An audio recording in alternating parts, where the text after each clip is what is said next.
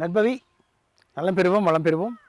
இந்த காணொலியை பார்த்து கொண்டிருக்கும் அன்பு நெஞ்சங்களுக்கும் சப்ஸ்கிரைப் செய்த சொந்தங்களுக்கும் சேர்வராகினி அறக்கட்டளையின் சார்பாக பொன் பரமேஸ்வர சுவாமியின் ஆசீர்வாதங்கள், நன்றிகள்.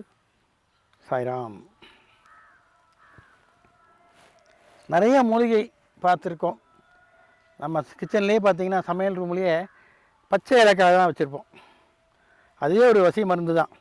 ஆனால் அதை விட 100 மடங்கு பவர்ஃபுல்லாக ஒன்று இருக்குது. கருப்பு ஏலக்காய்னு உங்களுக்கு கிடைக்கும். அது பார்த்திங்கன்னா நாட்டு மருந்து கடைகளில் போனீங்கன்னா அந்த கருப்பு ஏலக்காய் கிடைக்கும். ஸோ அந்த கருப்பு ஏலக்காய் ரசியம் அப்படின்னு ஒரு தலைப்பு கொடுத்துருக்கேன். அந்த கருப்பு ஏலக்காயை வச்சு நம்ம என்ன பண்ண முடியும்? கருப்பு ஏலக்காய் பொதுவாக அது ஆயுர்வேத மருந்து சம்மந்தப்பட்டது.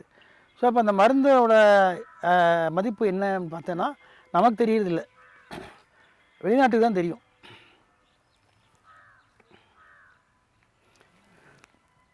ஸோ வெளிநாட்டில் இருக்கக்கூடிய அந்த மக்களுக்கு நம்ம ஆயுர்வேத சம்மந்தப்பட்ட எதுவுமே பெருசாக தெரியும், நமக்கு மட்டும்தான் தெரியறதில்ல. ஏன் தெரியறதில்ல? நம்ம அதை கவனிக்கிறதில்ல, ரொம்ப அசால்ட்டாக நம்ம இருக்கோன்னு வைங்களேன்.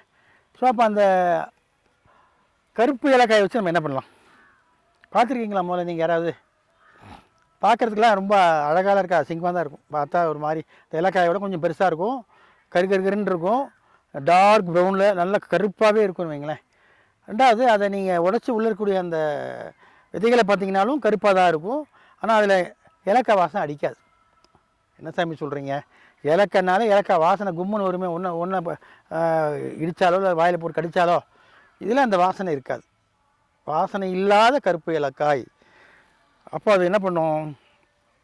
உடம்பில் இருக்கக்கூடிய அத்தனை அந்த டாக்ஸின்ஸ் சொல்லுவாங்க இல்லையா, டாக்ஸினை தேவையில்லாத சில விஷங்கள்லாம் வெளியே எடுத்துரும். மெயினாக ஸ்பைனல் கார்டு இருக்குல்ல, பின்னாடி அந்த முதுகு தண்டுவடத்தில் இருக்கக்கூடிய குறைகளை நிவர்த்தி பண்ணும். எல்லாத்துக்கும் மேலே நமக்கு வாதம் சொல்லக்கூடிய, வாதம்னா என்ன? அது உடம்புல அங்கங்கே சில நரம்புகள் சூண்டு கொண்டு இருக்கும். ஸோ அந்த நரம்புடைய சுழற்சியை சரி பண்ணி கொடுத்து ரத்த ஓட்டத்தை சரி பண்ணக்கூடிய சக்தி எதில் இருக்குதுன்னா கருப்பு ஏலக்காயில் இருக்குது. அது மட்டும் இல்லை, இதயத்தை ஸ்ட்ராங் பண்ணும். இதயத்தில் இருக்கக்கூடிய அந்த தசைகள் இருக்கு இல்லையா, அது லப்டப்னு அடித்து என்னாச்சு, எல்லாம் வீக்காக இருக்கும். ஸோ அது நல்லா ஸ்ட்ரென்தன் பண்ணும். அதிகம் அது திக்காகி ஸ்ட்ரென்த்தானா தான் என்னாகும், 60 வயசு இருக்கிறவன் 80 வயசு 85 வயசு இருக்கலாம். ஸோ அந்த இதில் அந்த இதயம் வீக்காகி போச்சுன்னா அவ்வளோதான். அப்போ அது வேலை செய்யறதுக்கு மக்கர் பண்ண ஆரம்பிக்கும். ஸோ மெயினாக ஹார்ட் பிரச்சனை சம்மந்தப்பட்டது, அப்புறம் அந்த நரம்பு சம்மந்தப்பட்டது எல்லாத்துக்கும் அந்த கருப்பு ஏலக்காயை நம்ம பயன்படுத்தினோம்னா 100 மார்க். என்ன செய்யும்? எல்லாமே தெளிவாகிடும். என்ன வசியம்னு சொல்கிறீங்களா சாமி? அது என்ன வசியம்? வசியத்தை தயவுசெய்து இதை நீங்கள் நல்லதுக்கு மட்டுமே பயன்படுத்துங்க. தீய சக்திக்கு பயன்படுத்திங்கன்னா அது நான் பொறுப்பு இல்லை. அது அந்த கர்மா அவங்கள தான் பிடிக்கும். அதையும் சொல்லிவிட்றேன். இப்போ வசியம்னா என்ன? ஒருவரை ஒருவர் விரும்பி தன்வசப்படுத்துதல். தன்வசம்னா என்ன? நான் சொல்கிறேன், நீ கேட்கணும். இல்லை, எனக்கு நீ நண்பனாக இருக்கணும், எனக்கு தேவையானவற்றை நீ கொடுக்கணும். இதுதான். ஸோ இது செய்கிறதுக்கு என்ன பண்ணோம்? அது எல்லாருக்கும் ஒத்து வருமா? ஒத்து வராது. அப்போ நம்ம அவசியம் பண்ணுறோம். ஸோ இதில் பணவசியம், தேவவசியம், ஜனவசியம், இது எல்லாமே இருக்குது. அப்போ நம்ம இது என்ன பண்ணுறோம் அப்படின்னா, காலையில் எந்திரிச்ச உடனே அதை ஒரு வெத்தலை எடுத்து அது காம்பையும் கீழே அடிப்பாகத்தையும் கிள்ளிட்டு அதுக்கு மேலே 2 அந்த கருப்பு ஏலக்காயுடைய மேலே தோலை தட்டி எடுத்திங்கன்னா உள்ள விதை இருக்கும். அந்த விதையை அதுக்குள்ளே வைக்கணும்.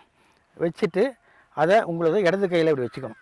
இடது கையில் இப்படி வச்சுட்டு உங்கள் நெஞ்சுக்கு நேராக கொண்டு வந்துட்டு அதுக்கு மேலே இந்த வலது கையால் அதை மேலே மூடிடுங்க. இதை அந்த வெத்தலை மேலே இருக்கக்கூடிய அந்த கருப்பு ஏலக்காயை வச்சு இப்படி கை வச்சு இப்படி மூடிடுங்க. மூடிட்டு உங்களுக்கு என்ன செய்யணும், என்ன நடக்கணும், எது வசியமாகணும், பணமா ஜனமா என்னங்கிறது இல்லை தெய்வமா, எல்லாத்தையும் மனசில் நினச்சிக்கிட்டு அதில் 3 வாட்டி சொல்லுங்க. எனக்கு இப்படி வச்சுக்கோங்க. எனக்கு ராமன் என்பவன் எனக்கு வசியமாக வேண்டும், ராமன் என்பவன் எனக்கு என்னிடம் வாங்கிய கடனை அவன் கொடுக்க வேண்டும் அப்படின்னு அது வசிய மந்திரம். அப்படி சொல்லி ஒரு டெய்லி ஒரு 10 வாட்டி சொல்லணும். சொல்லி அதை எடுத்து என்ன பண்ணணும், நீங்கள் சாப்பிட்றணும். அந்த வெத்தலை இருக்கு இல்லையா, வெத்தலையில் அந்த அந்த கருப்பு ஏலக்காய் விதை இருக்கு இல்லையா, அதை எடுத்து அப்படியே வாயில் போட்டு மென்று சாப்பிட்றணும். இந்த மாதிரி நீங்கள் வந்து 21 நாள் பண்ணிங்கன்னா உங்களுக்கு எல்லாம் ஜனவசியம், தனவசியம், தேவவசியம், ஜெகவசியம் எல்லாமே உங்களுக்கு கிடைக்கும்.